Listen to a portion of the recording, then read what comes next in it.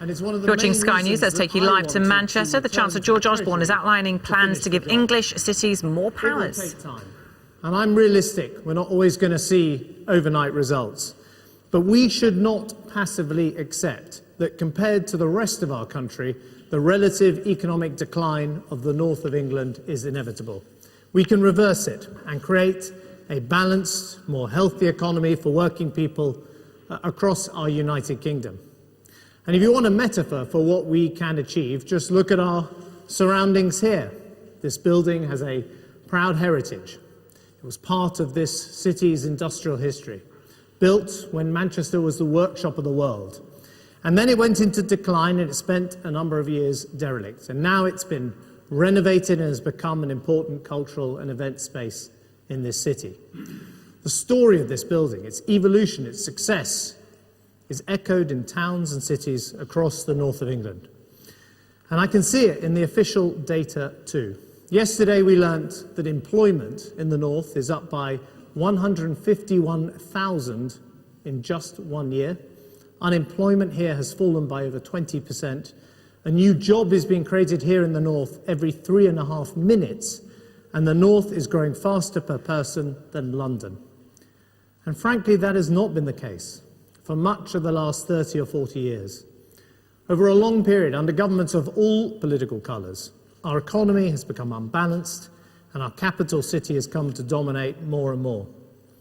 And the answer is not to pull London down, it's to all of our benefit that we have one of the great global capital cities in these isles. What we need to do is build up the rest of our country. Now, in the last couple of years, that has started to happen. But to really close that long-term growth gap, we need to take further radical action, and that is why I'm here today. Just under a year ago, I came to the Power Hall in the Museum of Science and Industry and set out a vision for a northern powerhouse. I proposed a new approach to rebalancing the economy, not just moving public sector jobs around from one part of the country to another, but growing the private sector so we can have real and sustained growth that supports great public services. Not imposing remote and artificial regional bureaucracies, but building on real local economies and the cities and the towns that people actually feel they belong to. Above all, it was a vision based on the solid economic theory that while the individual cities and towns of the north are strong, if we enable them to pool their strengths, they could be stronger than the sum of their parts. And that's because one of the paradoxes of the modern knowledge economy is that technology has not pushed people apart. It has drawn them together. People want to cluster together in communities, feed off each other's ideas. And city size matters more than ever before. Firms need access to increasingly deep pools of human capital. People of talent and ambition and drive want to live in places with great schools, great jobs, fast transport connections, sport and culture. And that's why cities that were once hollowed out are now filling up. Economic evidence shows that there is a powerful correlation between city size and the productivity of its inhabitants. The top 600 cities in the world contain just 20% of the global population, but they contribute 60% to global GDP.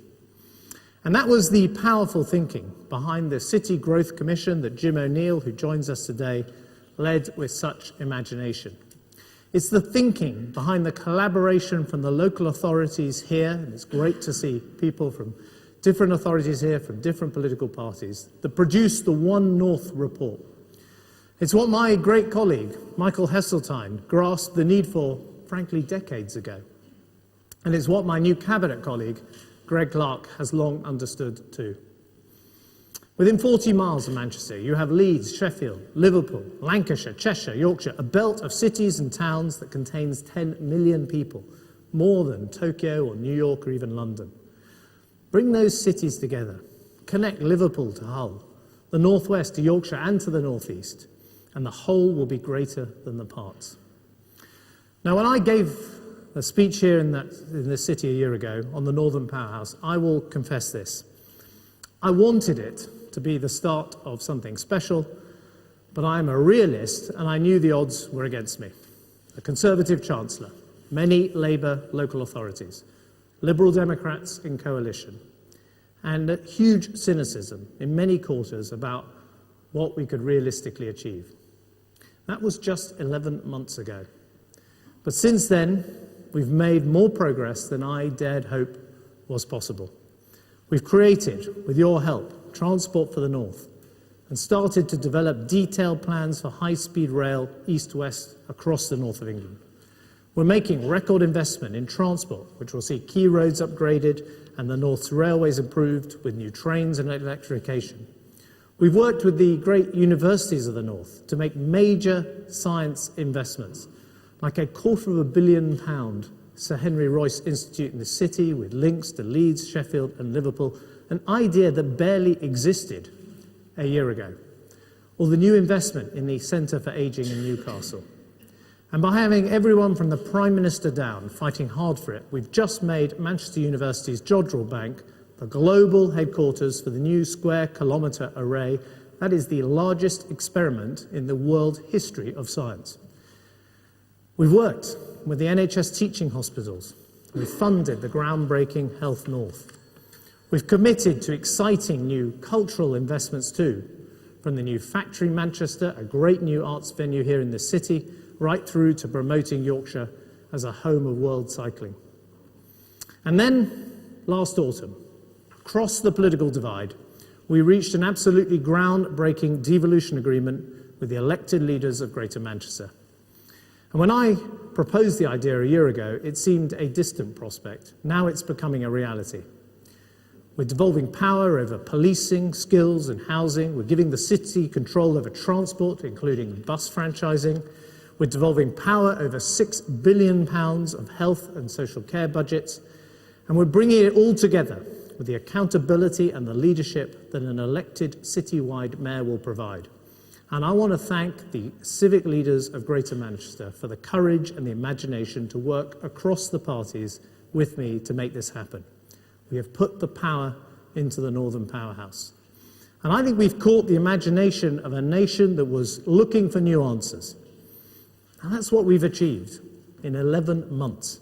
Now imagine what we can achieve together over the next 5 years. Some people have said to me, it's all about Manchester. What about the rest of the North? What about the rest of our country? I've just spent 6 weeks travelling around the country being asked, why can't we have a powerhouse here in the Midlands, in the West Country? I was even asked by one television reporter, when are we going to have a southern powerhouse to match the North? Now, let me be candid. I think if I had tried to deliver simultaneously new devolution settlements in every major city at the same time and tried to get every city authority to accept new elected mayors, it simply would not have happened. And getting Manchester through the Whitehall machinery, overcoming the political divide, was difficult enough. But I always thought this: if I could work with you to achieve this new model of civic leadership and local power here in Greater Manchester, I could hold it up to the rest of the country as an example of what was possible. If we here could step through this door to a better future, then others would follow, not by force, as national governments have so often tried to change local government, but by example and by choice. For we all know that the old model of trying to run everything in our country from the centre of London is broken. It's led to an unbalanced economy. It's made people feel remote from the decisions that affect their lives. It's not good for our prosperity. It's not good for our democracy. And as I said when we first set out our plans for a Northern Powerhouse, we needed fundamental change. And this is the once-in-a-lifetime opportunity to deliver it. And that is precisely what we intend to do. Not just in the north of England, but across the nation. We'll deliver the devolution to Scotland and to Wales that we promised. But today I can tell you we'll go much further and deliver radical devolution to the great cities of England.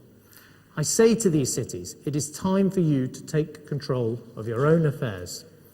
So a central part of our Queen's speech will be a bill to enable a radical new model of city government. And here's the deal. We will hand power from the centre to cities to give you greater control over your local transport, your housing, your skills, your healthcare, and we'll give you the levers you need to grow your local economy and make sure that local people keep the rewards. But it's right that people have a single point of accountability, someone they elect who takes the decisions and who carries the can.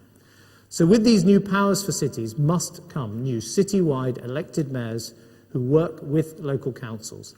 London has a mayor. Greater Manchester has agreed to have a mayor as part of our Northern Powerhouse. And this new law, at the heart of the Queen's speech, will make that happen. I will not impose a mayor on anyone, but nor will I settle for less. My door is open to any other major city who wants to take this bold step into the future. This is a revolution in the way we govern England. It is power to the working people of our country, and it means a stronger democracy and greater prosperity for all. Let me go into some more detail. The Chancellor, they're talking about a revolution in the way we govern the economy and this country. More detail.